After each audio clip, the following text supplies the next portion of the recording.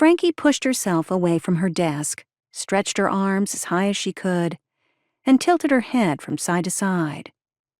She looked down at the right corner of her monitor. It was already 8:30 p.m., an exceedingly long day. She wondered how everyone was enjoying the traditional lighting of the Rockefeller Christmas tree. Her team was on a very tight deadline to get the final page proofs to the production department before everyone scattered over the holidays. Frankie recalled the dozens of times she'd observed the tradition of the lighting of the glorious tree at Rockefeller Center.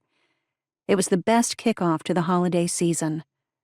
Some of her staff had never experienced this celebration, so Frankie volunteered to stay late and get the pages turned in, allowing her colleagues to join in the merriment.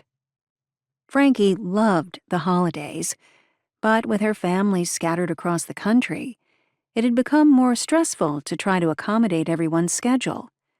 Instead of the big Italian family gathering for a 5-hour feast, now her parents would drive into the city and enjoy their Christmas dinner at Marco's. The one thing Frankie's mother didn't miss was all the work involved in preparing 2 big meals. It was fun when there were a half-dozen people to whom she could assign duties. Frankie grated the cheese and set the table.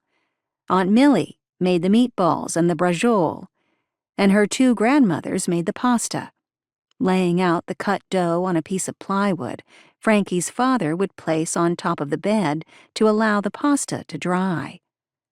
Now the group was smaller, and there were fewer hands to pitch in. But this new arrangement suited Frankie's parents fine, and included Christmas Eve dinner when they celebrated with the Feast of the 7 Fishes, known in Italy as La Viglia. It wasn't necessarily a religious thing, unless food was your religion. And most of the time it was Frankie's. At work she was often described as the Big Cheese, ever since she brought in the major best-selling cookbook Formaggio Mio.